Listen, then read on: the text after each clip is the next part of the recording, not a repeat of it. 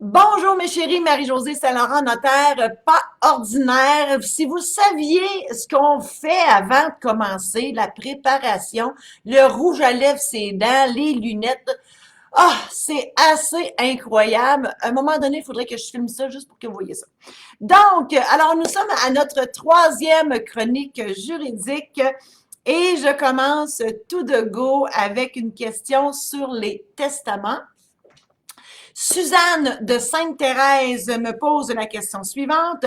Comment ça marche la hiérarchie, c'est dur à dire ça, ce mot-là, hiérarchie, dans la définition des héritiers légaux? Je veux dire, est-ce que mes enfants ont priorité sur mes frères et sœurs? Qu'est-ce qui est prévu? Comment ça marche? Donc, c'est sûr que quand on parle de héritiers légaux, ça veut dire qu'on n'a pas de testament et que c'est la loi qui décide qui héritera de vos biens. Donc, en héritier légaux, c'est sûr qu'il faut voir, bon, on prend la photo au moment où vous décédez. Donc, la photo de qui sont autour de vous et votre situation aussi en termes d'état civil.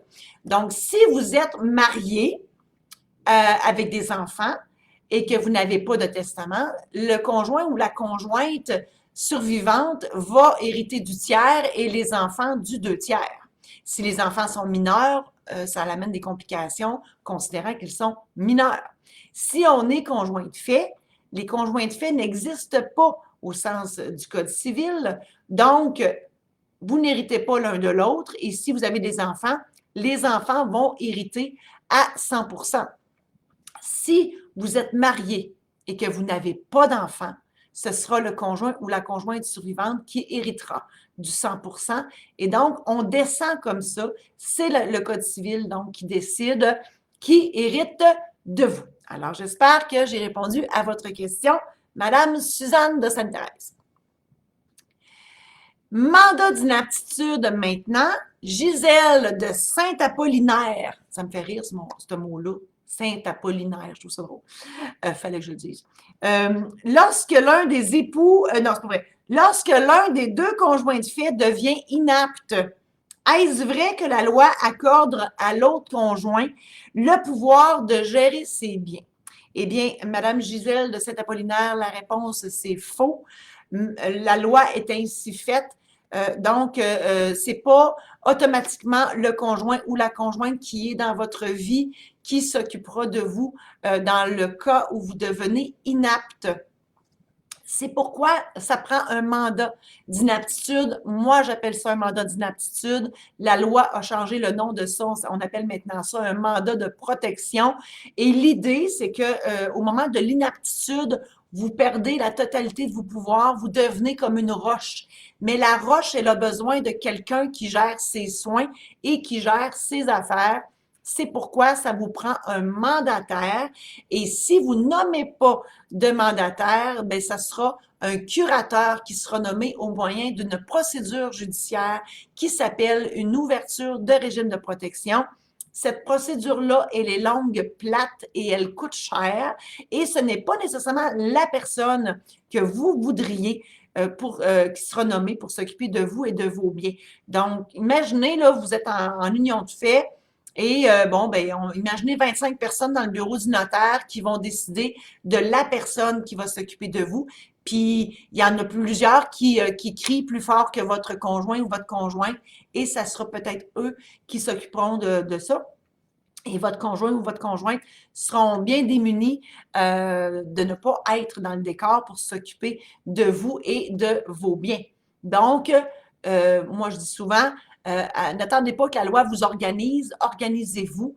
La loi vous permet de faire un mandat d'inaptitude ou de protection, c'est selon, dans lequel vous nommez les gens en qui vous avez confiance pour s'occuper de vous et de vos biens. Alors, faites-le donc. Maintenant, l'aide médicale à mourir. Georges de Sainte-Véronique. Avez-vous remarqué qu'il y a beaucoup de saints et de saintes dans les villes, hein, dans les noms des villes? C'est fascinant. Ma femme est Alzheimer. Elle est au CHSLD. Elle n'a plus connaissance de rien. On peut-tu demander au médecin de la faire partir si tous mes enfants sont d'accord? Georges, je sympathise beaucoup avec vous. Je le sais que cette situation-là n'est pas facile. Alors, on comprend que votre femme est placée, il n'y a plus rien à faire. Eh bien, bon, là, je comprends que votre femme n'a probablement pas signé l'aide médicale à mourir avant d'être devenue inapte. Il n'est malheureusement trop tard. Au Québec, le suicide assisté n'existe pas. Donc, écoutez, c'est sûr que si, avant de devenir inapte, elle avait demandé, elle avait fait en fait le document qui s'appelle des directives médicales anticipées, communément appelé aide médicale à mourir, ben c'est un document dans lequel elle dit elle décide des soins auxquels elle veut renoncer et ces soins-là sont au nombre de 5. La réanimation cardio-respiratoire, la ventilation assistée, la dialyse, l'alimentation artificielle ou forcée et l'hydratation artificielle ou forcée. Donc, elle peut, la personne peut refuser ces 5 soins-là ou quelques-uns de ces soins-là. Et ben, ces refus-là vont s'appliquer seulement si la personne elle est en fin de vie et là on comprend que c'est la fin de la qualité de vie et en état irréversible. Donc Georges, c'était probablement le cas de votre épouse parce qu'elle n'a plus de qualité de vie étant donné qu'elle est sur son lit puis il ne se passe plus rien et elle est en état irréversible parce qu'elle est déclarée inapte de façon totale et permanente. Mais malheureusement, si elle n'a pas fait son aide médicale à mourir, il est trop tard et on devra attendre qu'elle décède de manière naturelle. Mariage maintenant. Serge de Mirabel demande: si moi et ma conjointe vivons ensemble depuis 25 ans, est-ce que je lui dois quelque chose si on se sépare? Ben, tout d'abord, bon, je vais vous dire non, mais il y a des bémols à ça. Non, vous ne vous devez rien parce que les conjoints de fait, ça n'existe pas. Donc, vous êtes considérés comme des étrangers qui vivaient ensemble. C'est chic, hein? Ensuite, il y a des particularités. Si, un exemple, ben, on parle d'enrichissement sans cause, si votre conjointe vous a aidé à vous enrichir, c'est-à-dire que si vous êtes en entreprise et qu'elle, elle est restée à la maison, c'est elle qui faisait votre comptabilité, c'est elle qui répondait au téléphone, mais bon, il y avait une entente entre vous que vous la faisiez vivre, entre guillemets, mais sans lui donner un salaire, mais elle s'occupait de tout dans la maison, ben oui, il y aura peut-être un recours en enrichissement sans cause. Il y a un autre recours qui m'échappe, là. Mais bref, oui, si on voit qu'il y a comment dire, j'aime pas le mot exploitation parce que je trouve ça fort un peu, mais en tout cas, vous comprenez le truc. Donc, si effectivement, il y en a un des deux qui s'est enrichi au détriment de l'autre, ben, il y aura peut-être des recours. Il y a des pensions alimentaires aussi pour les enfants et tout ça. Donc, voilà. Alors, et bienvenue à Daniel, je vois Daniel Saint-Onge qui est là avec nous. Nathalie aussi qui est là. Merci d'être là, les filles. Écoutez, vos questions, je vais vous les répondre à la fin en rafale après la chronique. Donc, j'espère, Serge, que ça répond à votre question. Succession maintenant. Michel Le, c'est une dame, de Huberdeau me pose la question suivante. Mon père a fait un testament devant notaire et il est décédé en début d'année. À notre grande surprise, un fils illégitime de mon père est apparu dans le décor avec un testament holographe qu'il dit écrit de la main de mon père. Et il contient des dispositions assez différentes de celles qui ont été exécutées lors du décès suivant le testament notarié. Et la question qui tue, qu'est-ce qu'on fait avec ça? Écoutez, votre histoire, Michel, elle est digne d'un film. Malheureusement, ça arrive pour vrai. Alors, ben, premièrement, le fils illégitime, ben, il va falloir qu'il prouve sa légitimité. Là, on comprend-tu qu'il faut qu'il prouve que votre père, c'est bel et bien son père. Donc, on peut avoir des tests ADN, tout ça. Suite à ça, une fois que ça c'est établi, donc on est sûr que ce fils-là, il est vraiment un fils, un vrai fils, là, hein, vous comprenez ce que je dis? À ce moment-là, ben là, au niveau du testament holographe, ben, il devra le faire vérifier par la cour parce qu'un testament holographe n'est pas applicable au moment du décès, donc au moment où on l'a. Il doit être vérifié par la cour et il doit rencontrer les conditions du Code civil, soit pour un testament holographe, il doit être entièrement écrit et signé de la main du testateur. Donc, si c'est le cas, à ce moment-là, ben, on verra qu'est-ce qui est incompatible entre les deux testaments. Puis, bien évidemment, le testament holographe devra être daté pour qu'on sache qu'il est fait postérieurement à l'autre testament ou antérieurement. En tout cas, on comprend qu'il y aura à gérer une compatibilité et une incompatibilité entre les deux testaments pour voir qu'est-ce qui s'applique et qu'est-ce qui ne s'applique pas. Et bien évidemment, le legs qui est postérieur à l'autre pour le même bien, ben, ça va être le postérieur qui va s'appliquer. Donc, voilà. Alors, mon Dieu, je vous souhaite bonne chance dans cette situation qui est vraiment pas facile. Achat de maison maintenant. Une question de Paulette d'Actonville. Alors, Paulette me pose la question suivante, qui est très simple. Prendre en charge l'hypothèque du vendeur. Est-ce une bonne idée? Eh bien, Paulette, on va expliquer un peu qu'est-ce que vous voulez dire. Prendre en charge l'hypothèque du vendeur, c'est-à-dire que vous achetez une propriété sur laquelle il y a déjà une hypothèque. Donc, le vendeur doit des sous à la banque et probablement que le taux d'intérêt, il est très bon. Souvent, c'est la raison pour laquelle on fait ça. On veut continuer l'hypothèque du vendeur. Donc, si la maison est vendue 200 000 et qu'il reste encore 150 000 c'est un exemple, à payer à la banque, eh bien, Paulette donnerait 50 000 en mise de fonds au vendeur et continuerait à la place du vendeur ses obligations par rapport au créancier. Donc, elle assumerait l'hypothèque existante. Bien évidemment, le vendeur devra se faire enlever, donc se faire dégager de ses responsabilités par rapport au créancier. Donc, Paulette, vous devriez quand même aller à l'institution financière du vendeur pour que cette institution financière-là étudie votre crédit, parce qu'elle devra s'assurer que vous êtes quand même capable de faire les paiements à la place du vendeur. Et si tel est le cas, bien, dans l'acte notarié de vente avec assumation d'hypothèque, le créancier viendra intervenir au contrat pour venir libérer le vendeur comme s'il n'avait pas été là du tout. Et donc, le créancier vous accepte, vous, en tant que nouveau emprunteur.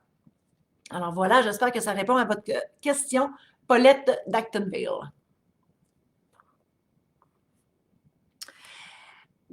Le monde des compagnies maintenant. Alors, Gilles de Dunham nous pose la question suivante. Nous sommes un groupe de 8 ou de 9 personnes.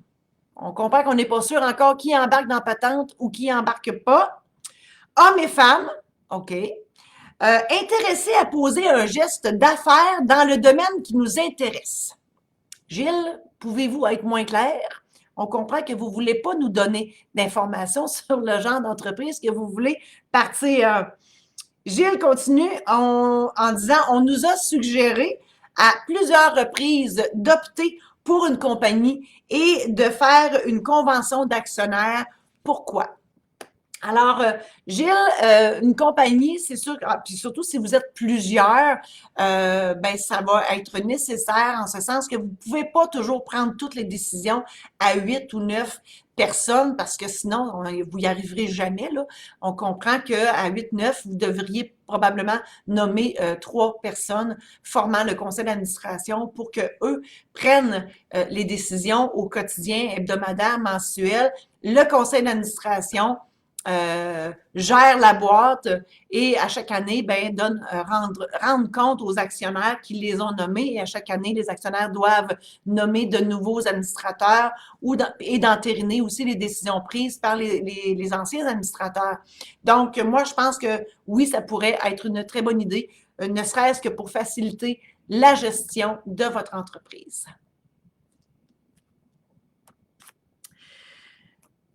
Maintenant, au niveau, ben, je dirais conférence, formation, le titre varie selon les chroniques, mais aujourd'hui, c'est une question sur les formations. Louiselle de Joliette me pose la question suivante. Je suis conseillère en finances personnelles et j'aurais besoin d'informations en regard à votre travail et ce, dans le but de bien servir mes clients. Existe-t-il une formation quelque part que je peux me procurer? La réponse est oui, je fais ça moi. Donc, si vous voulez, puis j'en ai déjà fait à plusieurs reprises, les conseillers en sécurité financière me demandent d'aller les informer sur mon travail, donc sur ce que je fais, sur plein de sujets, bon, tous les sujets qu'on traite ici dans la chronique juridique, et ça les aide eux, donc, à faire leur travail, mais ça peut aussi servir je peux aussi donner cette séance d'information-là, je dirais, dans le cadre d'une soirée où vous invitez vos clients ou vos futurs clients pour leur faire votre pitch de vente, comme on dit. Donc, moi, je fais votre première partie. Donc, on peut expliquer ça comme ça. Donc, ça peut être une chose qui est possible, là. Donc, juste rentrer en communication avec moi et je vous arrange ça avec plaisir. Et ça peut être soit en présentiel ou par Zoom. J'avais oublié, j'ai passé une question. Dans le monde des quittances, Rita Dalma me pose la question suivante. J'ai fini de payer ma maison. Est-ce que je dois demander une preuve à ma banque comme quoi les paiements sont terminés? Bien, Rita, normalement, c'est la banque qui vont devoir vous envoyer cette lettre-là pour vous féliciter que vous avez fini de payer votre hypothèque. Donc, c'est pas à vous à courir après ça. Mais si vous voyez que ça n'arrive pas, oui, bien, vous pouvez vous en assurer, c'est bien sûr. Mais la vraie preuve que vous avez fini de payer, ce sera la quittance que vous demanderez au notaire, la quittance qui est signée par la banque et qui sera publiée au registre foncier pour enlever votre hypothèque parce que vous deviez des sous, mais l'hypothèque, c'était la garantie qui garantissait le remboursement donc de votre prêt. Et lorsque tout ça est remboursé, ben on enlève cette garantie sur votre propriété. Alors, c'est ce que vous devrez faire. Donc, oui, vérifiez avec la banque si bel et bien vous avez fini de faire vos paiements et d'avoir la lettre, mais en plus, la quittance signée et publiée au registre foncier. Et je termine avec une question, la question qui tue. Roger de Maniwaki.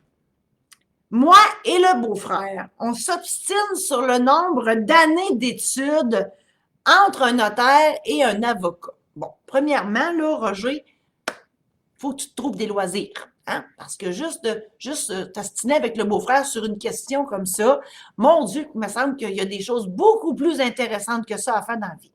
Mais pour répondre à votre question, les avocats ont 3 ans d'université à faire, donc une licence en droit, et ensuite ils font leur stage et ils s'en vont sur le marché du travail.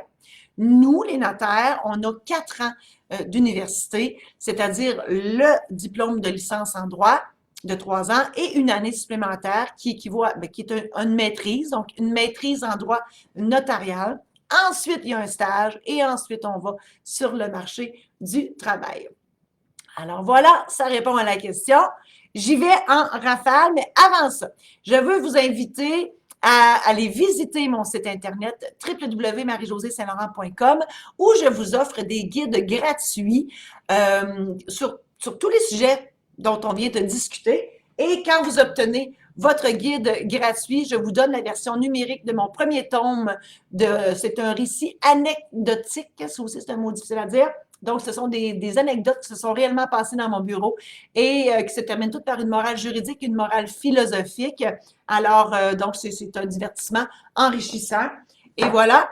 Et donc, j'y vais avec les commentaires ici. Alors, Daniel qui me dit, on parle de conjoints de fait pour les mandats de protection. Est-ce que les mêmes dispositions pour les conjoints mariés ont-ils besoin d'un mandat de protection et doit-il être homologué pour qu'il soit valide? La réponse, c'est oui. Donc, au niveau du mandat d'inaptitude, qu'il soit notarié ou pas, les conjoints doivent en faire un nécessairement parce que si on n'a pas de mandat, conjoint marié ou pas, c'est pas l'autre conjoint qui sera là pour s'occuper de vous et de vos biens. Ça ne fonctionne malheureusement pas comme ça. si on fait le parallèle avec le testament où les conjoints mariés héritent l'un de l'autre en l'absence d'un testament, bien, au niveau du mandat, ce n'est pas le cas. Marié ou pas, on doit faire un mandat d'inaptitude pour avoir le conjoint ou la conjointe nommé pour s'occuper de nous. Alors, j'espère que ça répond à la question de Daniel. Et, oh mon Dieu, Nathalie, non, mais fine, dit, j'adore tes capsules, tu es juste parfaite. Mon Dieu, si tu savais comment on se trouve imparfait. Moi, je suis jamais capable de me réentendre et de me voir, surtout pas. Merci infiniment. Alors, ben, c'est tout pour cette chronique juridique d'aujourd'hui.